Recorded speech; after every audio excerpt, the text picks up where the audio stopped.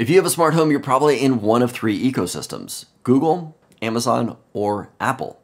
Well, in today's video, I'm going to be going over 5 Google features which make me love it more than the rest, so stay tuned.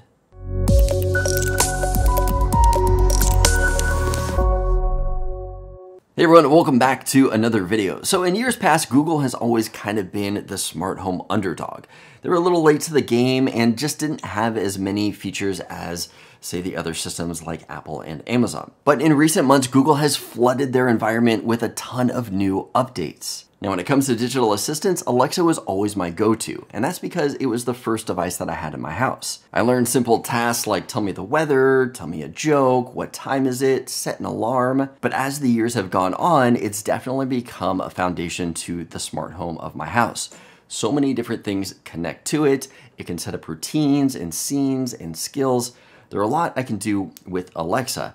But Google Home has definitely snuck its way into my house, and since I have picked up the Google Nest Hub, it has been an absolute game changer for me. I've started diving more and more into the Google ecosystem, and the more I learn about it and learn about its features, it's definitely become my new favorite home assistant, which is why we're going to be covering 5 of those features in today's video.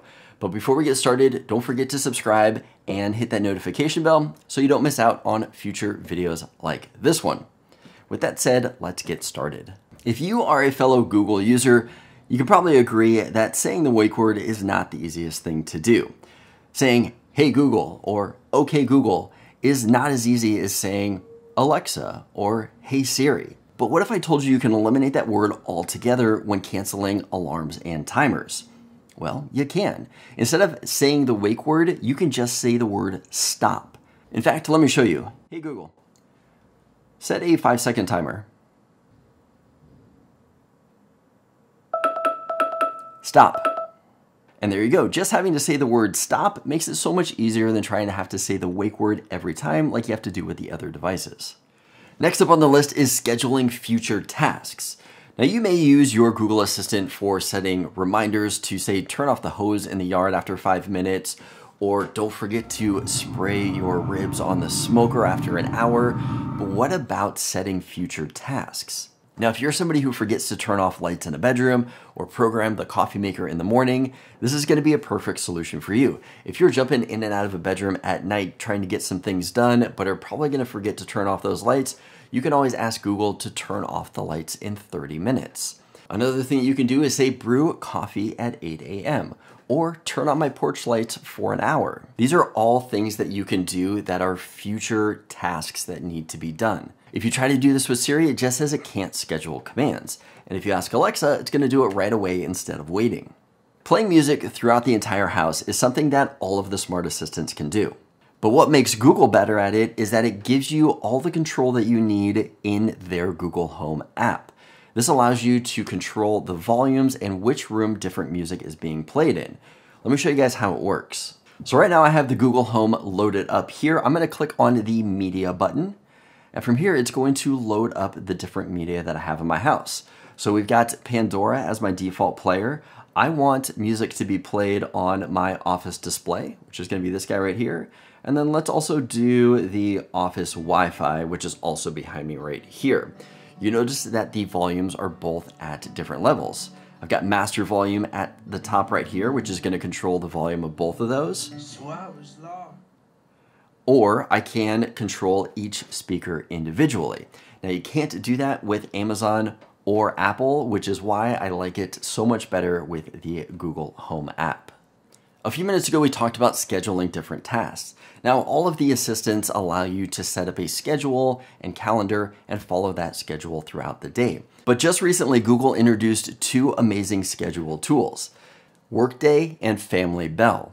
Workday is designed to help you stay on target with individual tasks throughout your day. It's also going to remind you to do things like stand up and stretch, take lunch breaks, coffee breaks, and also remind you as your day's coming to an end. Now, Family Bell, on the other hand, is geared more towards your family. Now, this is going to be great for you parents out there who have kids that are doing school at home.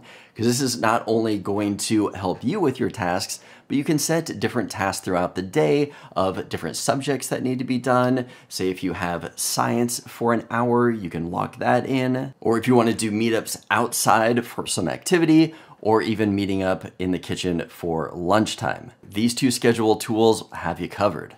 Okay, so the last feature we're talking about today has to do with Alexa's brief mode. Now, if you're not familiar with brief mode, this allows Alexa to respond to you with a chime instead of repeating everything that you said or everything that it is going to do. Just makes things work a little bit faster and has the device not be so chatty.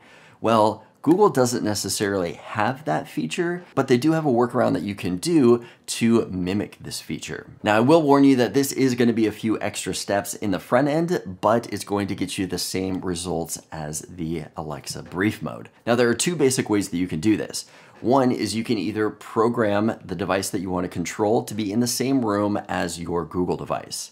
When that happens, all you have to do is ask it to turn the air conditioner on or off. If it's in the same room and in the same group, it'll just chime and then turn that on and off. But if you want to ask it to do something in a different room, it's going to give you the full breakdown of what it's turning on and what it's turning off.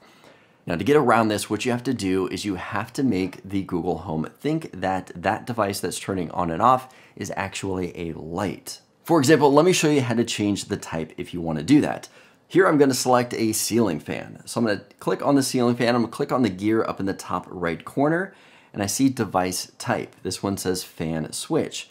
If I click on that, I can select light as the type. And that's how you can go into device type and change anything into brief mode. Now, one thing to keep in mind about this is that if you were to ask Google to turn on all the lights or turn off all the lights, it is going to think it's a light. So that is something that you're going to want to keep in mind before you make that switch. Well, that is all I have for this video today. If there are some features that I didn't mention in today's video that you use, let me know in the comments below. If this video is helpful, give it a thumbs up. Let me know that you liked it. As always, don't forget to subscribe for more content like this. I'll see you in the next video.